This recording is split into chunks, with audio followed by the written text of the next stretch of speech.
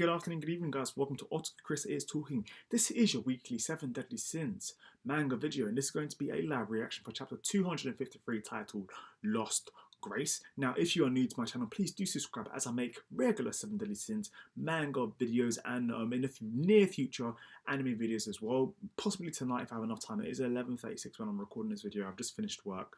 I want to quickly bang out all the videos that I missed on the weekend because I was busy with my best friend. So if you do want to kind of see my Dragon Ball Super reviews or anything like that, do subscribe and you will be notified when I make a new video if you want to see that kind of stuff. Obviously, I also want you guys to also join in the comment box down below. Leave any questions, leave any ideas, leave any theories down below as well, apart from the spoilers, which I don't know how it's going to work out because we're reading the manga anyway. Talking about that, if you could have up the chapter at the same time, we can go through it at the same time. That way you're not just kind of sitting there staring at my face and it's not as awkward. So let's just get this motherfucker up. Alright, so on the first page here, Nakaba Suzuki chapter 253, Lost Grace. Nothing important, just a nice white blank page, a bit random, but yeah. Let's go into the next page. Alright, so we start off with Elizabeth. She's looking out of a castle window. Wait for me, Meliodas. 2 days remaining until Elizabeth's curse activates. Basically, 2 days remaining until she kind of just kicks the bucket, which is unfortunate because Elizabeth as a character has actually been developed fairly well over the past few years, which is kind of crazy because I did not like her character at all at the beginning. Nowhere near as bad as Orihime, because she wasn't a fucking damsel in distress for too long, and she actually has more input than she did. So that's kind of good, I guess. I do feel sorry for her, but at the same time, it's kind of like, God damn, Elizabeth, just when we got used to you. Okay, looks like we are somewhere. Is that a fairy place? I'm not really too sure. It's a bit kind of, the design's a bit off. Okay. Oh, okay. So now we have King's sister, Elaine and Diane. So it looks like Diane was looking over Elaine for quite a while. Alright, so now King's holding on to Elaine's head. Elizabeth. Alright, so Diane whispers Elizabeth, and King's like, Captain Ban, you two, please come back to us. That's nice. It's pretty cool seeing the effect that the loss of like Meliodas and Ban is having on these guys, especially because, God damn it, Ban hasn't been in a chapter for a very fucking long time. It's kind of crazy. Like, I do slightly miss him as well. Meliodas more just because, like, Meliodas, like, he's technically on the other side. Like, not the other side, but, like, he's technically the antagonist of the series now, now that he's in control again of the Ten Commandments. But Ban is kind of like, yes, you're immortal, but what's going on there? And we're not really having any kind of clips to Ban. So that's slightly annoying, but hey, let's go on to the next page. Okay, so your creator was a genius. I'm not really too sure what we're looking at here, but I'm trying to fix and add stuff to you, but you're so masterfully designed that it's proving difficult. Alright, so that's Merlin. Oh, Merlin, I have a request. Hey, Galfa, didn't you listen to what I just said? Don't ask me to improve your performance because I might not be able to do so. Very, very interesting because this shows the level of magic that the original Galfa had. Now, Merlin's magic is called Infinity, which is super fucking broken because it's kind of like, what does that even mean? She was so OP that the gods and that's it, the gods and the goddesses and the demon king, basically they were like, nah, like, you're so precious, we'll give you any wish. And that's how she fucking betrayed both of them, which is totally fucked. So how strong was the original bloody Galfa? Like, you know, the Galfa with a super cool hairstyle who looks a bit like what's his name again, like Aizen, with a super slick hairstyle. They're sharing the same gel. So that says a lot, and also kind of I would like to know what their power levels would have been, especially somebody who the Demon King personally locked up, personally believed was a huge threat to him, had to be locked up. But like, how OP is that person? So yeah, so that's a question I want to leave to you guys out there. Leave it down, leave your suggestions, your thoughts, your queries down below, just because I'd like to know what you guys think of this. So to be honest, if it surprised me how quickly this little kid is understanding stuff. I wonder how far this flower will grow. I liked that a lot. Okay, so that might have been a phrase that the original Galfa said to Dol Galfa. I'm not really sure what that's got to do with anything, but probably just how fast Galfa Dol was learning things is interesting. But yeah. Now on the next page, what can I do? I will try it, but I cannot guarantee it. Alright, so looks like Galfa has some form of kind of request from Merlin. It's doing one of those anime moments now where like you don't really see or you don't know what they're saying. You just see the lips or Like if it was anime, it'd just be like, and it's kind of like, pretty much, which is what's happened here. Yeah, so looks like we're never gonna know. Are you mad? Is that your request? Alright, so whatever Galfa requested of Merlin seems to be out of Merlin's league, which is kind of crazy because I don't see Merlin being the kind of person to turn anything down, especially if there's something in it for herself. So, very interesting. What do you guys think the request is down below? Is that related to that thing you once told me of when you were part of the Ten Commandments that ended the Holy War?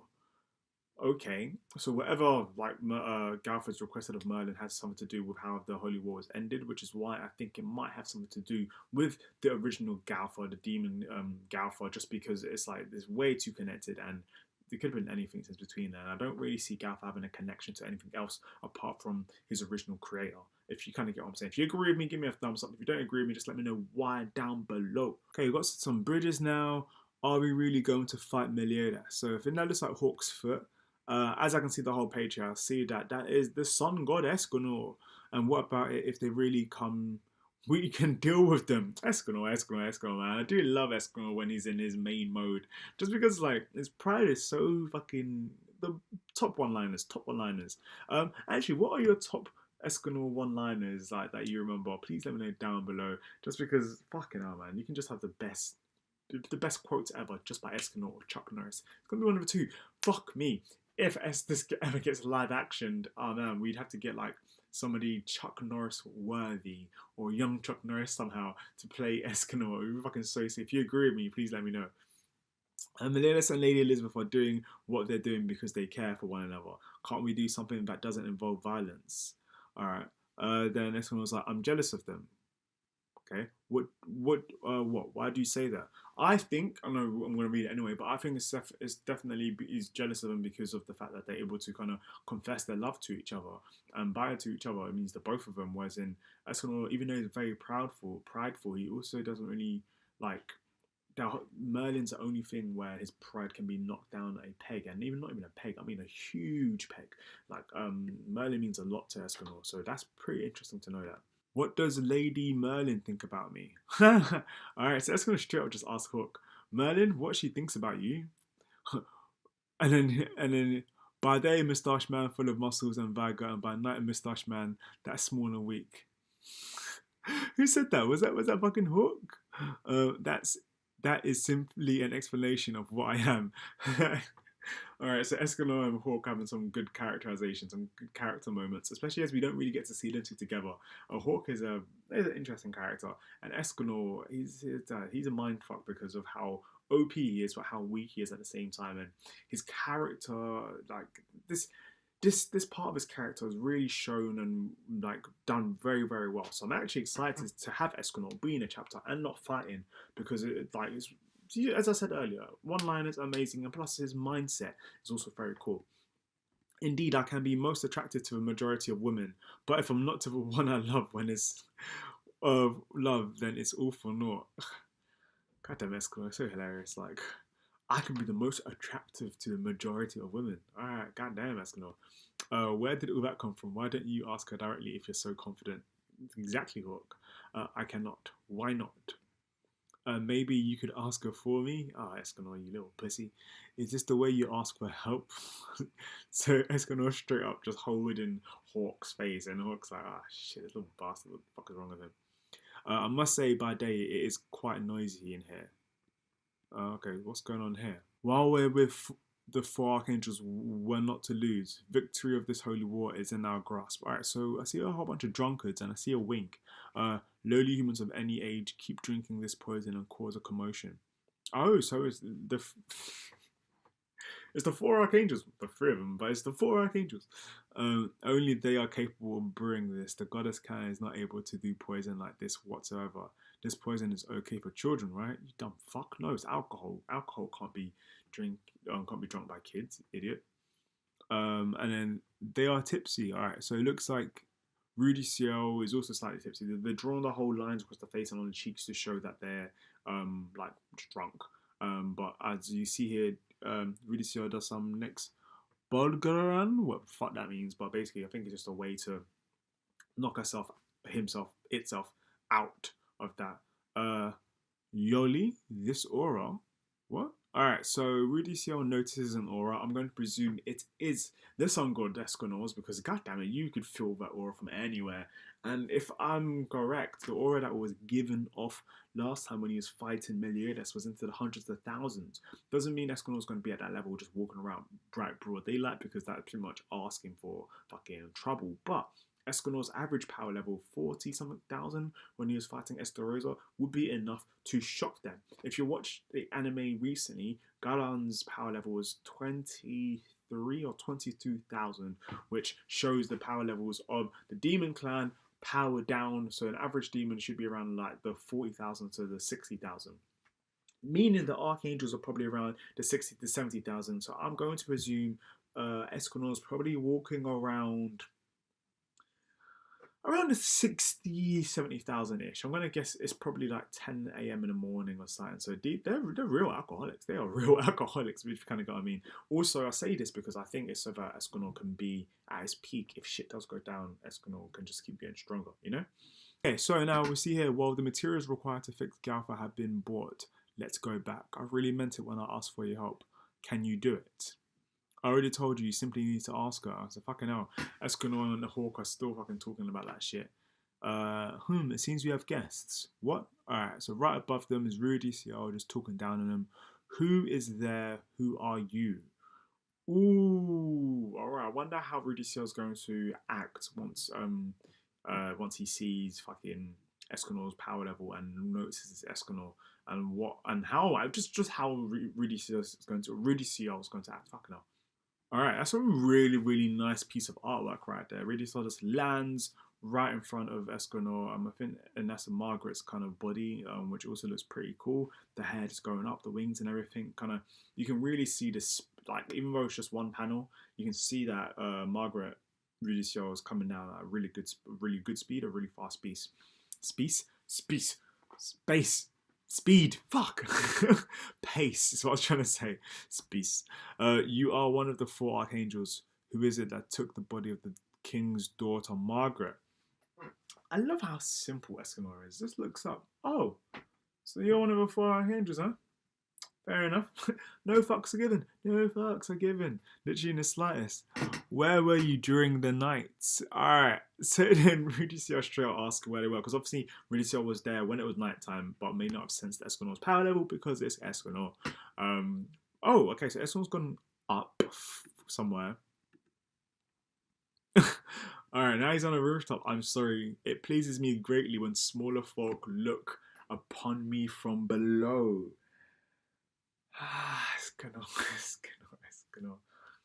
Alright, if I got a tattoo, I want to have Escanor's like tattoo. That's it, I don't care. I want it on my back. I want a big fat lion. Pride. Don't care. Don't fucking care. And I'll keep getting bigger. I'll train till I get that Escanor bod because fuck me, Escanor is just a fucking G. Don't care. It's one of my favourite characters in almost any thing that I've read. Alright, just gonna throw it out there. It doesn't need to be the most OP. It helps that he's OP as fuck.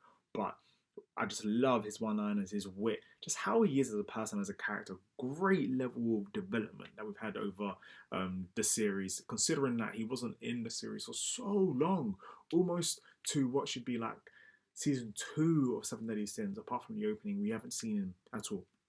So then he says here, was he at the meeting last night? So Radio Soul's kind of just must be speaking to Hawk or just to himself. No.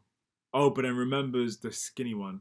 Let me introduce myself once more. I am Escanor, the sin of pride of the 7 deadly sins. Gang, remember, get to know. I am a G, basically, is what he's trying to say. What he's trying to say? I didn't feel it last night. How were you able to hide your power? I didn't hide it. My power simply does not manifest itself during the night. Duh. Where were you throughout the rest of the 7 deadly sins manga? I was right. Alright, so Rudy CL says he was right. Right about what? Who knows? Let's find out. Let me guess. After the sun rises, your strength slowly increases and at around noon it reaches its highest.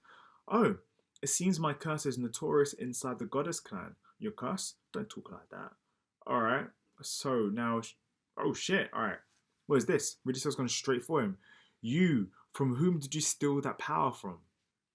Alright, B, chill out, man. Why is Rudy Seal on some rampage tip? Alright, Rudy Seal straight up just attacking Escanor. Escanor's like, what are you doing? Not even like with a sword. No, is that a sword? No, Rudy Seal is the one with a sword. Escanor's just using his hands, just doing some kind of thing. Is that racist? I hope not. But what the hell do you want? Why would it be racist, Chris? You're such an idiot. You have no reason to attack me so suddenly. Aren't humans and goddesses allies now? Answer my question, Escanor. I don't understand what your question is. Escanor, man, it's just in his own world. He's like, I don't really get what the fuck is going on. Why are you even attacking me? I thought we were friends. What is this? What is this? Hey, you have the 4 archangels. You must be confused. Even though you're in the body of a princess, you are quite agile. Alright, cool. So, like, it's still going. Escanor creeps up behind Margaret, Rudicio, and we see that he grabs her, but somehow, at the same time, is behind. So what the fuck is going on here? What? What swiftness? Alright, something's happened. How, you really think you can follow my movements? Alright, so Escanor is just basically kind of just showing his body. So Rudicio is able to cut Escanor's clothes and back. Probably tried to cut Escanor, probably didn't work, but hey. The power is a blessing given by the supreme deity to the 4 archangels. It's similar to the decrees given by the demon king to the 10 commandments. Have you heard about them? Okay, so we're getting a bit of backstory to Escanor's ability. You're not really sure why Rudicio knows about it, but I'm thinking it has something to do with the 4th archangel that we that was told was taken up by Esterosa. I'm not really too sure. It's why I'm going with this, but hey, it's kind of weird doing a live reaction because it's like as I'm talking, I'm coming up with my thoughts and ideas. It gets answered at the same time. The power is a blessing given. Mine is Flash, Serial's Tornado, Tarmel's Ocean, and the last one is, I'm gonna guess, the Sun. Let me see if it's the Sun. All right, Sunshine, the blessing of my dead brother Mael of the 4 archangels. His strength would rise starting at sunrise, and when it was around noon, he took pride in himself as someone that even I could not possibly hope to be on par with. Holy shit, this is a good old picture right there. I'm going to have to use this picture right there. But my brother was defeated by the 10 commandments. His blessing went missing. You're saying that this blessing is the power that I possess? Oh, okay. If any human receives a blessing by the supreme deity, the body would be shattered into pieces. Be careful. You should be aware of that. Be careful, human. If you don't wish to die, get rid of that blessing immediately. Okay, so alright. So it looks like Rudicio straight up telling Escanor that your body, if you use the power of sunshine, your body's going to be fucking blown to bits. Rudicio obviously hasn't been around for the past like 250 chapters because foolish. He's not interested, as it says right here. I'm not interested. Why did I say that? I could have just left it at that. Alright, Escanor was just there. Boom! Sunshine is a power that lies within me since I was born. Okay. So you say this blessing is meant only for the goddesses? Then that means, holy shit, that means what, boy? That I am the very strongest. Escanor, man, why are you such a fucking troll, bro? Like, be grateful. As long as I am on your side, victory is granted. Oh my god, Escanor. Escanor's pride knows no bound. Hook just straight up, just shitting himself like, what the fuck? I like your attitude. In that case, do try to be useful. Oh, okay, so Rudicell's doing that crazy bitch smile. Because Rudicell's is in Margaret's body, you would just see Margaret smile like that. But, yeah, Rudicell. Knowing Rudicell's personality, he's gonna try and fucking kill Escanor in some given point. But from what Rudicell also said to Escanor, it's kind of like, yo, bro, like, also do realize that, like, you're not gonna be as strong as Escanor at his strongest. So that says a lot. So that explains why Escanor's was so fucking OP and why in the last minute he was basically the one. That's why he's basically as strong as the strongest fucking archangel. How crazy is that? He's such a loser. As long as you don't get in my way. Escanor's just doing his little smile, but Escanor, he has no hatred because he thinks he's the best, so he doesn't really need to hate. Whereas in Ridicule, there's a dark learning hate behind that smile. God damn it, I love it. Anyways, this was actually a really good chapter. Oh, a nice little side note. The magical power of sunshine was once upon a time blessing to male of the four archangels. Even them cannot fright the pride. Conflict is unavoidable. The link between both runs deep. Continues in chapter 254, Camelot in Despair. Alright, so really good episode, a lot of dialogue, not much action, but just more kind of like characterization for Escanor because we now know where his ability comes from. It's not just one of those random ones. I guess we kind of like that with that plus a bit more of the information of Escanor's from the past kind of ties in to make a lot more sense. It's cool to kind of see the archangels also just have that interaction and have that talking because anytime we've seen the archangels, they've been trying to they know they're at the top, so they kind of look down on whoever they're talking to. But right now, it looks like Ridicule acknowledges the strength and power as like, shit, and is actually trying to probably find a level playing field or trying to find a way to stay on Escanor's side until time goes down, because obviously one of the only people who's going to be able to take down Escanor is either going to be one of the seven deadly sins or going to be one of the four archangels who knows the ability of sunshine and may know how to attack and may not even decide to fight now, because that's actually very, very pointless, as Escanor's only going to be stronger unless it is after noon. Who knows? Let me know your thoughts down below. What do you think of this chapter? I really enjoyed it. Sorry if I don't seem very whoo. I don't really want to be fake. I kind of just want to show how I really am. Great chapter, great bit of characterization. Nice extra bit of world building, especially characterization for the fourth archangel male, because it's kind of like why equal to four archangels only three, and obviously even though one's being taken down by Esteros of the Ten Commandments, they still see themselves as four. Extremely loyal bond right there. Really do like that. So yeah, let me know your thoughts down below. If you do enjoy this video, please do subscribe. I will be making another one of these ASAP, or I'll say ASAP when it comes out. So the chapters normally come out between Friday and Monday. I did it today because it was released today. If the translation not done any sooner, I will be uploading it as soon as possible. If you're interested in a Dragon Ball Super review for the last episode that happened, episode 126, please do subscribe, as that will either be uploaded before or after this. I'm going to see how it all goes, but hopefully you enjoy my content and I will see you guys soon. Have a great night, guys. Otaku Chris is talking. Peace.